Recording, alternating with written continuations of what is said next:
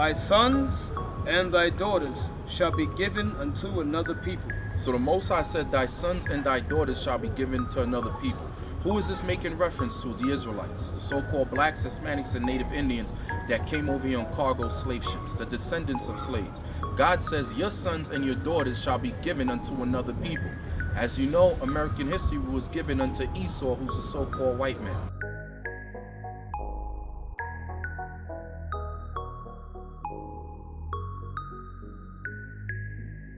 Dr. James Marion SIMS developed pioneering tools and surgical techniques related to women's reproductive health and is credited as the father of modern gynecology. The 19th century physician has been idolized with statues in New York City, South Carolina, and Pennsylvania. And thine eyes shall look and fail with longing for them all the day long. So the Most High said, thine eyes shall look and fail with longing for them all the day long. When did this occur? During slavery. When our foremothers, our forefathers was given unto the hand of the so-called white man to serve him as a slave, to serve him in servitude as a servant. After 30 operations on one woman, a 17-year-old enslaved woman named Anakar, who had a very traumatic labor and delivery, he finally perfected his method. After 4 years of experimentation, afterward, he began to practice on white women using anesthesia, which was new to the medical field at the time. While some doctors didn't trust anesthesia, SIMS' decision to not use it or any other numbing technique was based on his misguided belief that black people didn't experience pain like white people did. It's a notion that persists today, according to a study conducted at the University of Virginia and published in the April 4th, 2016 proceedings of the National Academy of Sciences. So just in case you were confused, the Most High said that we would have yokes of irons on our necks. In this particular time, whenever we had to go to the doctor, go to the dentist, who did we have to go to? Experimenting on slave children, writer and medical ethicist Harriet Washington says SIMS' racist beliefs affected more than his gynecology experiments.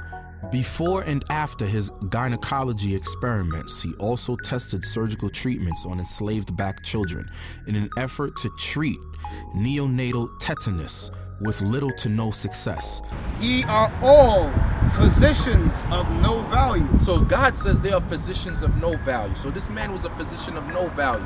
Why? Because a lot of our foremothers perished in the name of medicine under this man. The same thing with the Tuskegee experiments and so forth. All these different evil practices that's practiced among Esau using our people as test subjects.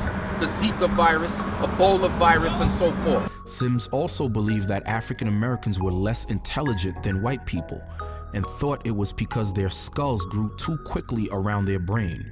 He would operate on African American children using a shoemaker's tool to pry their bones apart and loosen their skulls. In the 1850s, SIMS moved to New York and opened the first ever women's hospital, where he continued testing controversial medical treatments on his patients. When any of SIMS' patients died, the blame, according to him, lay squarely with the sloth and ignorance of their mothers and the black midwives who attended them. He did not believe anything was wrong with his methods. Therefore shalt thou serve thine enemies. God says, therefore shalt thou serve thine enemies. Keep in mind that the enemies that we had to serve was those who had us in servitude and slavery. The so-called white man. Come on. Which the Lord shall send against thee. Which the Lord shall send against thee. Come on. In hunger. In what? In hunger. In hunger. Come on. And in thirst. And in thirst. And in nakedness. And in nakedness. And in want of all things. And in want of all things. Today, J. Marion SIMS continues to loom large in the medical field, celebrated as a medical trailblazer. His statue sits opposite the New York Academy of Medicine in Central Park, New York City, as well as in South Carolina and outside his old medical school.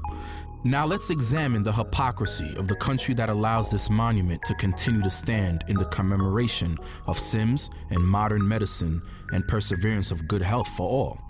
Imagine if monuments were erected in the US or Germany to honor renowned Nazi physicians, such as Joseph Mengele, also known as the Angel of Death, or Edward Worths, or Aribert Heim. There would be a tumultuous uproar. See my point? SIMS research was conducted on enslaved black women without anesthesia. Medical ethicists, historians, and others have called for those monuments to be removed.